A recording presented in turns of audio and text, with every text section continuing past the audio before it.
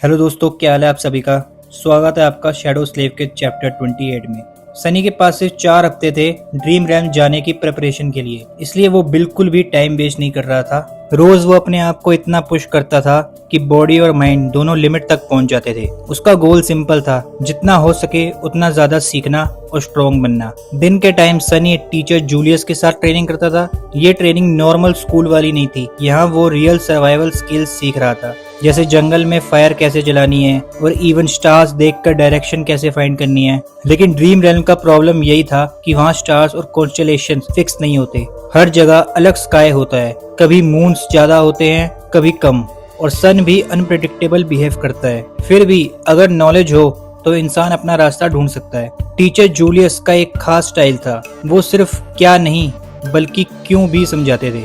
इस वजह से सनी को सिर्फ याद करने के बजाय समझने की आदत पड़ रही थी। ये अंडरस्टैंडिंग उसे फ्यूचर में अननोन सिचुएशन हैंडल करने में हेल्प करेगी। सनी ने डेड लैंग्वेजेस भी सीखनी शुरू की, जो पहले उसे यूजलेस लगती थी, लेकिन बाद में पता चला कि स्पेल खुद इसी लैंग्वेज में कम्युनिकेट करता है। इससे सनी को चीजों का डीपर मीनिंग समझ आने लगा, जैसे नेफिस का नाम चेंजिंग स्टार एक्चुअली बेटर तरीके से स्टार ऑफ चेंज होता है, और थोड़ा सा मीनिंग चेंज होने से पूरा सेंस ही बदल जाता है। पहली बार सनी इतना पढ़ रहा था और ये उसके लिए काफी एग्जॉस्टिंग था, लेकिन साथ ही एक्साइटिंग भी था। उसे रियलाइज हुआ कि नॉलेज कितनी पावरफुल है, और जो लोग गरीब होते हैं उसके जैसे, उनको ये अपॉर्चुनिटी मिलती ही नहीं। अब सनी खुद उन प्रिविलेज्ड लोगों में आ गया था जिनके पास सब कुछ था। नॉलेज, फूड, शेल्टर सब गवर्नमेंट प्रोवाइड कर रही थी, लेकिन उसके पास इतना टाइम ही नहीं था कि वो इस बारे में ज्यादा सोच सके। ट्रेनिंग सिर्फ थ्योरी तक लिमिटेड नहीं थी, हर दूसरे दिन प्रैक्टिकल सेशंस भी होते थे,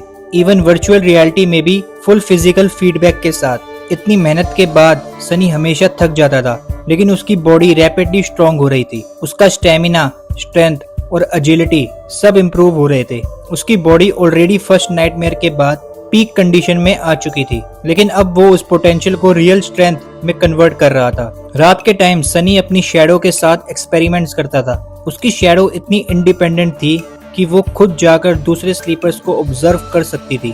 वो लोगों की बातें सुनता, उनकी एबिलिटीज देखता और फिर वापस आकर सनी को सब बताता। प्रॉब्लम ये थी कि शैडो थोड़ी नाइव थी, उसे समझ नहीं आता था कि कौन सी इन्फॉर्मेशन यूजफुल है और कौन सी बकवास है। इसलिए कई बार इम्पोर्टेंट सीक्रेट्स के बजाय सनी को गॉसिप्स मिलते थे, जैसे ये कि स्लीपर सेंटर में लोग एक दूसरे के साथ रिलेशनशिप्स बना रहे थे, क्योंकि सबको लग रहा था कि लाइफ शॉर्ट है तो एंजॉय करना चाहिए। सनी इस सबसे दूर ही रहा था। एक तो उसने अपनी इमेज थोड़ी वियर्ड बना ली थी, दूसरा उसके पास टाइम भी नहीं था, और तीसरा वो किसी के क्लोज नहीं जाना चाहता था, क्योंकि उसे डर था कि कहीं उसका ट्रू नेम रिवील ना हो जाए। साथ ही सनी अपनी शैडो पावर्स को भी टेस्ट कर रहा था। उसे पता चला कि उसकी शैडो सिर्फ उसकी बॉडी ही नहीं बल्कि ऑब्जेक्ट्स को भी इनहेंस कर सकती है। वेपन पर यूज करें तो अटैक पावर बढ़ जाती है, आर्मर पर यूज करें तो डिफेंस पावर स्ट्रॉन्ग हो जाती है, और ये बूस्ट काफी पावरफुल था, ऑलमोस्ट डबल स्ट्रेंथ।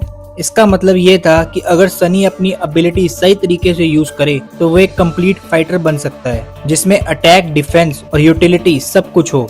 ऐसे ही ट्रेनिंग, लर्निंग और एक्सपेरिमेंटेशन के बीच दिन बीत गए और धीरे धीरे 4 हफ्ते खत्म हो गए, और सनी को पता भी नहीं चला कब विंटर सोल्स्टाइस आ गया। थैंक यू दोस्तों, मिलते हैं नेक्स्ट चैप्टर में।